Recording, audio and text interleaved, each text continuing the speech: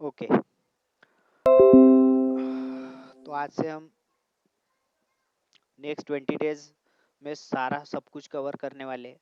ठीक है, और आपको कोई भी क्लास मिस नहीं करनी है। इवन दो रिकॉर्डिंग कर रहे हैं हम क्लास की, लेकिन आपको मिस नहीं करना है। रोज 8 से 9 मुझे मॉक में सारे जन प्रैक्टिस में चाहिए, मॉक प्रैक्टिस में।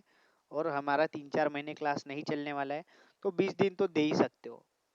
यानी आज 20 तारीख है, 10 तारीख तक हमारा क्लास खत्म हो जाएगा और 10 तारीख से आपके इंटरव्यू शुरू होने वाले हैं। तो 2 हफ्ते आपको अच्छे से रोज यहाँ पे अटेंड करना है। सैटरडे संडे भी मैं क्लास लूँगा। ठीक है, मेरे फैमिली प्लान्स में बाजू में रख के आपका क्लास ले रहा हूँ। You should have more preference for this. ठीक है, नहीं तो अदरवाइज मैं आपको छुट्टी भी दे सकता हूँ। ठीक है, कभी अवेलेबल नहीं रहूँगा कुछ इशू के वजह से, इमरजेंसी की वजह से, तो दैट इज डिफरेंट रीजन।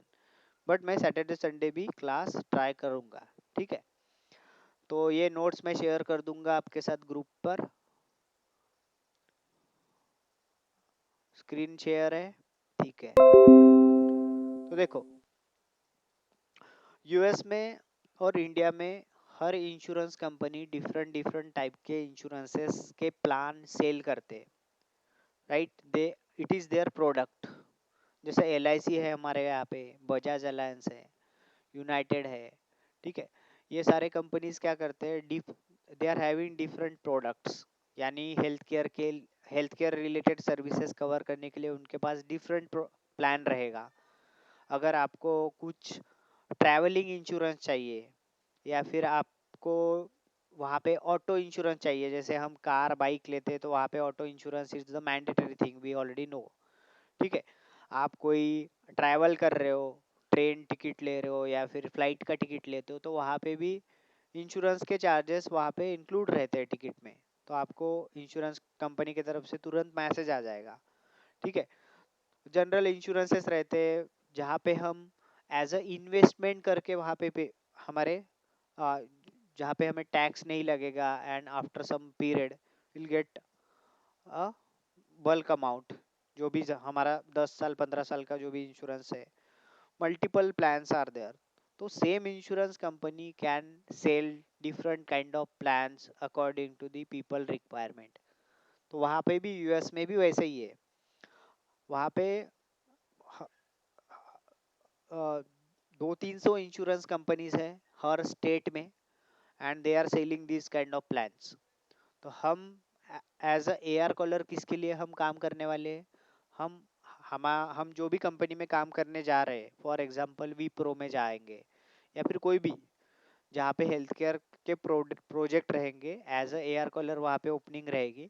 ठीक है, तो वहाँ पे उनके क्लाइंट कौन रहेंगे, हॉस्पिटल्स लोकेटेड इन यूएस। ठीक है, तो यूएस में क्या कल्चर है, फ्रॉम लास्ट 35 ईयर्स वहाँ पे सभी लोग हेल्थ केयर इंश्योरेंस लेते हैं। क्यों, क्योंकि वहाँ पे health care services are very expensive.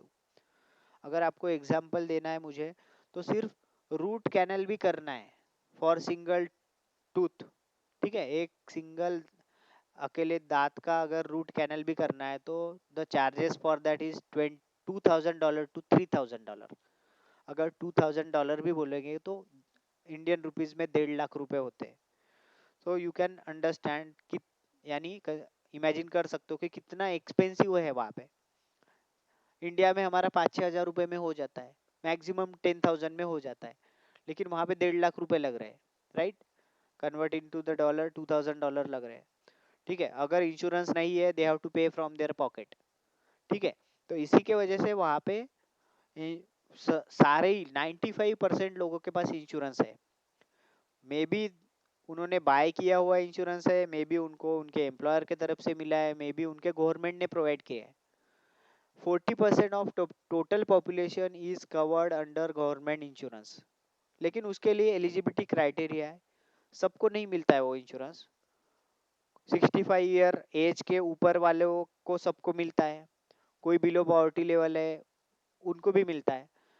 US में रहते हैं यानी सब लोग वहाँ पे अमीर ही है ऐसा नहीं है, वहाँ पे भी पुअर पीपल रहते हैं जिनके पास घर नहीं है, जो अपने कार में ही रहते हैं या फिर टेंट बना के रहते हैं, वैसे भी सिचुएशंस वहाँ पे है। ठीक है, तो उन गवर्नमेंट की तरफ से उनको as a below poverty level बाकी के फैसिलिटीज मिलते हैं, तो इंश्योरेंस भी मिलता है उनको। ठीक है, तो हम हॉस्पिटल के लिए काम करने वाले हैं अंडर बिलिंग डिपार्टमेंट। क्योंकि हॉस्पिटल में अगर मल्टीपल डॉक्टर्स है, तो कंसिडर करो कि एक मल्टी स्पेशलिटी हॉस्पिटल है जहाँ पे 40+ डॉक्टर्स अवेलेबल है, nurse, compounder and other staff is different. 40 से ज़्यादा डॉक्टर है या फिर मे बी 10-15 डॉक्टर है, और हमारे हॉस्पिटल के मल्टीपल ब्रांचेस है इन मल्टीपल सिटी एंड स्टेट। तो वहाँ पे एवरी डे 100 पेशेंट हमारे यहाँ पे आ रहे हैं एग्जाम्पल। ठीक है, तो हर पेशेंट के पास डिफरेंट इंश्योरेंस हो सकता है।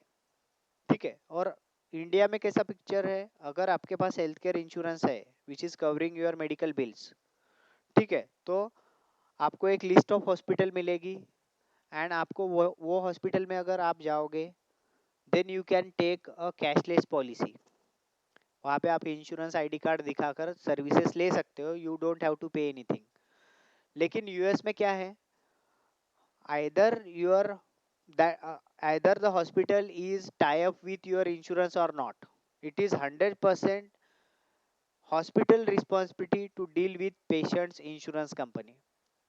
ठीक है, फिर इंश्योरेंस कोई भी रहे, हॉस्पिटल की ही रिस्पॉन्सिबिलिटी है उस इंश्योरेंस के साथ डील करने के लिए टू गेट द पेमेंट।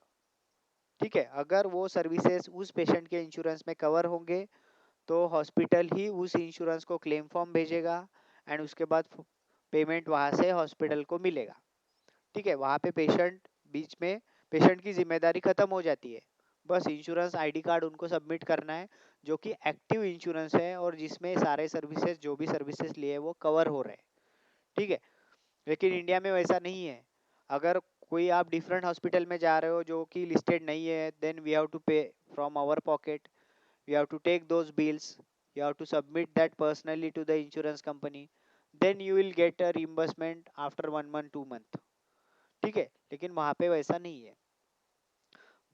और मैंने जैसा बताया था कि एक ही इंश्योरेंस कंपनी बहुत सारे प्लान वहाँ पे सेल कर सकती है, तो वहाँ पे बहुत सारी इंश्योरेंस कंपनीज है जो कि ये इस टाइप के इंश्योरेंसेस सेल करती है। तो किस किस टाइप के हेल्थ केयर, यानी एक तो हो गया health care insurance, general insurance है, डेंटल इंश्योरेंस है। अगर आप कोई क्लाइंट के लिए काम कर रहे हो जो कि डेंटल क्लाइंट है यानी डेंटल हॉस्पिटल है, तो सबसे मोस्ट इम्पोर्टेंट क्या है, जो भी पेशेंट हमारे पास आ रहा है, जो भी इंश्योरेंस आईडी कार्ड उसने दिया है, that plan should be a dental plan, then only it will cover dental related service, otherwise बाकी सर्विसेज वो कवर नहीं करेगा। ठीक है, सिक्योरिटी इंश्योरेंसेस रहते हैं, फायर इंश्योरेंस रहता है, ऑटो इंश्योरेंस रहता है, ट्रैवलिंग इंश्योरेंस रहता है। अगर हमारे हॉस्पिटल मल्टी स्पेशलिटी हॉस्पिटल है और एक कोई पेशेंट आया है जिसका एक्सीडेंट हुआ है, ठीक है, और वो हमारे इमरजेंसी डिपार्टमेंट में आया है, तो अगर उसका auto accident due to vehicle अगर उसका इंश्योरेंस एक्सीडेंट हुआ है, तो उसके पास ऑटो इंश्योरेंस रहना जरूरी है। उसके नॉर्मल इंश्योरेंसेस में वो सर्विसेज हो सकता है वो कवर नहीं करे, तो अगर उसके पास ऑटो इंश्योरेंस है, definitely it will cover everything. ठीक है, डिपेंड करता है प्लान टू प्लान, किस टाइप का प्लान वो पर्सन ने खरीदा है। ठीक है, how much premium he is paying and what kind of terms and conditions are there. ठीक है, जैसे वहाँ पे एम्प्लॉयर ने दिया वर्कर कॉम्पनसेशन करके एक प्लान है, यानी जो भी एम्प्लॉयर रहेगा वो उनके एम्प्लॉयज को इंश्योरेंस देना वहाँ पे मैंडेटरी है। ठीक है, गवर्नमेंट ने एक रूल किया है कि प्राइवेट जो भी जॉब है प्राइवेट सेक्टर में, सभी एम्प्लॉयर ने उनके एम्प्लॉयज को हेल्थ केयर इंश्योरेंस देना मैंडेटरी है। ठीक है, तो उसका प्रीमियम एम्प्लॉयर ही पे करते हैं, maybe they will deduct, they are deducting from the salary and all, वो डिफरेंट थिंग है, लेकिन एम्प्लॉयर के तरफ से मिलता है। और वो इंश्योरेंस में क्या कवर होता है, only work related injury and illness. अगर आप काम पे जाते वक्त या काम करते वक्त अगर इंज्योर हो गए या फिर बीमार हो गए, तो वो सर्विसेज वहाँ पे कवर होती है, बाकी normal services will not cover. ठीक है, तो इस टाइप के इंश्योरेंसेस के प्लान्स रहते हैं, धीरे धीरे हमें समझेंगे। एंड मोस्ट इम्पॉर्टेंट इज हमारे पास जो भी पेशेंट आ रहा है उसका हेल्थ केयर इंश्योरेंस यानी मेडिकल प्लान बोलते हैं उसको, उसका प्लान मेडिकल प्लान रहना चाहिए। अगर हम डेंटल सर्विसेज दे रहे हैं तो उसके पास डेंटल प्लान होना चाहिए। अगर उसको हम आई रिलेटेड, विजन के रिलेटेड अगर कुछ सर्विसेज दे रहे हैं तो उसके प्लान में विजन सर्विसेज कवर होनी चाहिए, या फिर उसका प्लान विजन प्लान चाहिए। ठीक है, ये कॉमन थिंग है, वी कैन इजीली अंडरस्टैंड। ठीक है, उसके बाद डॉक्टर के स्पेशलिटी हमें पता है, एज पर अवर जनरल नॉलेज हमें ऑलरेडी पता है कि न्यूरोलॉजिस्ट किस लिए होता है। तो ब्रेन रिलेटेड सर्विसेज अगर कोई पेशेंट ले रहा है तो उसको स्पेशलिटी डॉक्टर क्या चाहिए, न्यूरोलॉजिस्ट चाहिए। पीडियाट्रिक यानी बिलो 10 ईयर के जो भी चिल्ड्रन रहते हैं उनको सर्विसेज पीडियाट्रिक देते हैं। गायनेकोलॉजिस्ट यानी जो फीमेल रिलेटेड कुछ सर्विसेज प्रोवाइड करना पड़ता है उनके लिए गायनेकोलॉजिस्ट रहते हैं। ऑर्थोपेडिक यानी बोन रिलेटेड रहता है। कार्डियोलॉजिस्ट यानी हार्ट रिलेटेड सर्विसेज अगर चाहिए पेशेंट को। जनरल फिजिशियन को इंटरनल मेडिसिन भी बोलते हैं। तो जनरल फिजिशियन यानी आपके फैमिली डॉक्टर जो डिग्री होल्डर है, who are providing only the basic services, उन्हें बोलते हैं हम general physician.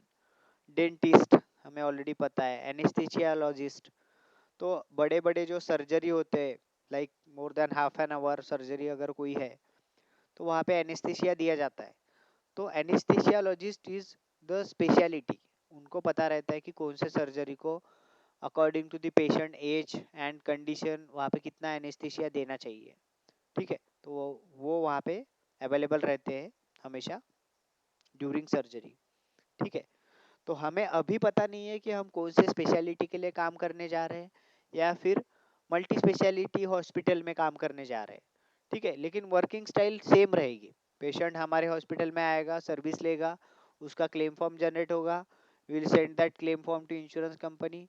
And as a AR हम क्या काम करते हैं, जहाँ पे भी इंश्योरेंस की तरफ से पेमेंट नहीं आया है उस पे हम काम करते हैं। We have to do 4 things. सबसे पहले आपको पता करना है कि हमने बिल कितना किया था और बैलेंस कितना बचा है। दूसरा, बैलेंस क्यों बचा है। तीसरा, अब हम क्या कर सकते हैं पेमेंट मिलने के लिए।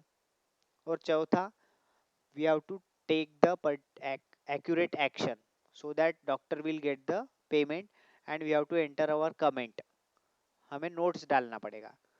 ठीक है, तो इजी है, अगर आप इजी वे से अगर अंडरस्टैंड करोगे तो हमें सिर्फ इतना ही समझना है कि पेशेंट के इंश्योरेंस के तरफ से पेमेंट क्यों नहीं आया और हम क्या करेंगे, क्या एक्शन लेंगे ताकि हमारे हॉस्पिटल को पेमेंट इंश्योरेंस के तरफ से मिले।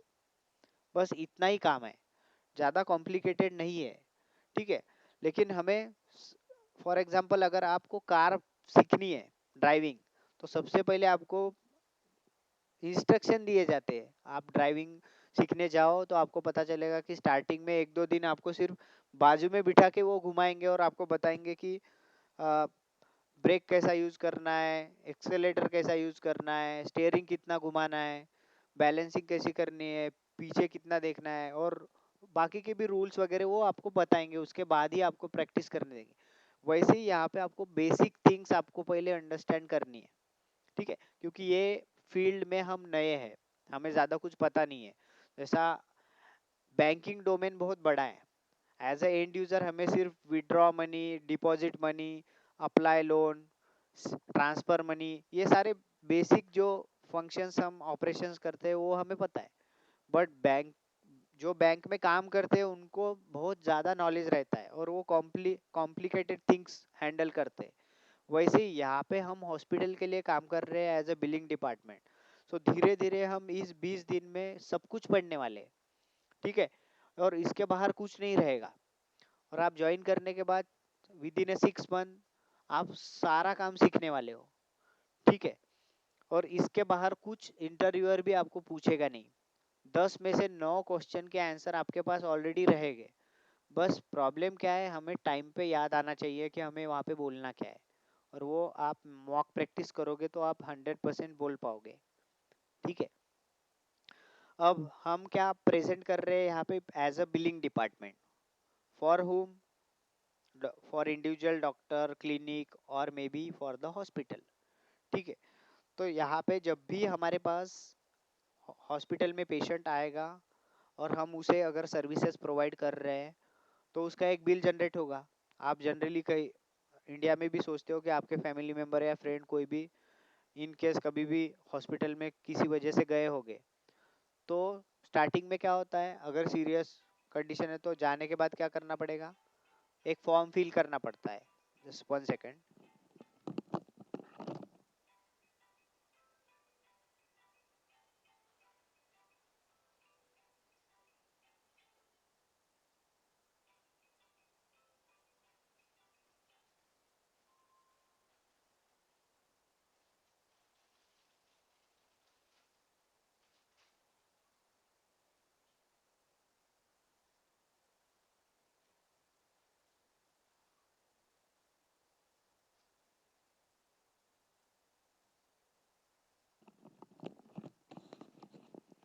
Okay sorry.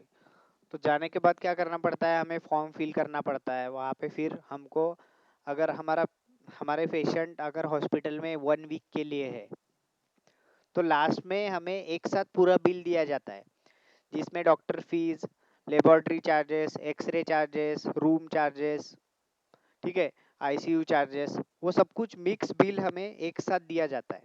लेकिन यूएस में वैसा नहीं है, वहाँ पे सेपरेट चार्जेस, सेपरेट दो बिल बनाए जाते हैं।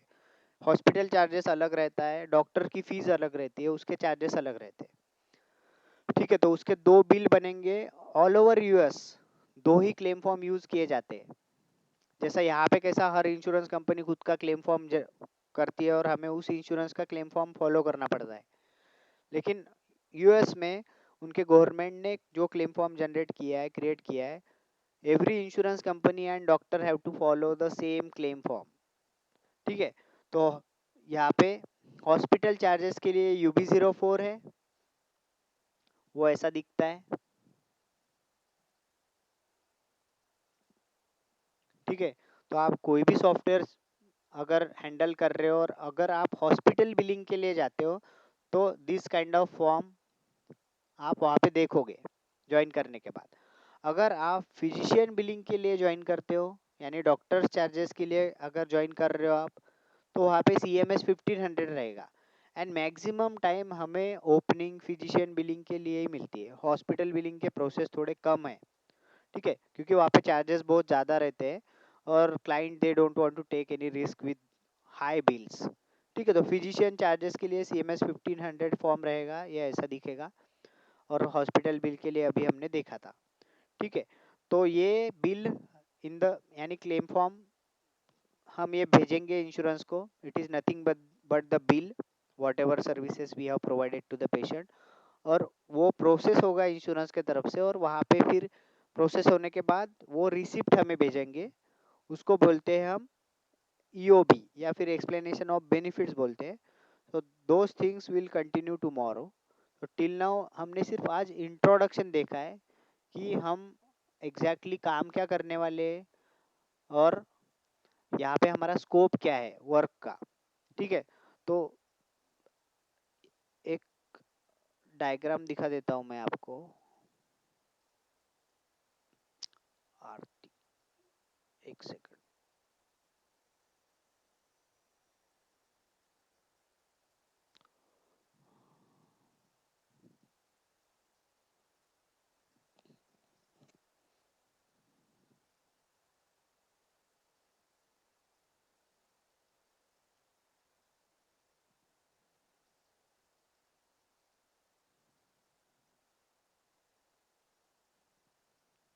ओके, आपने इसमें ही होगी, एक सेकंड। हम्म, देखो ये जो डायग्राम दिख रही है, इतने सारे डिपार्टमेंट रहेंगे बिलिंग डिपार्टमेंट में, and we are standing here in denial management. तो आप कोई भी कंपनी में जाओगे तो you are not the single person who is handling everything. इतने सारे टीम्स आपको फ्लोर पे दिखने वाले हैं, and they are having different task. हमारा काम क्या होता है, हमारा काम उतना ही होता है जो क्लेम्स पे पेमेंट नहीं आया है और जिसका डिनाई हुआ है क्लेम उस पे हम काम करते हैं। ठीक है, सो बाकी लोग according to their roles and responsibility they are working. ठीक है, so we will try to understand this RCM cycle also. ठीक है, सो विल कंटिन्यू टुमारो। एक मिनट।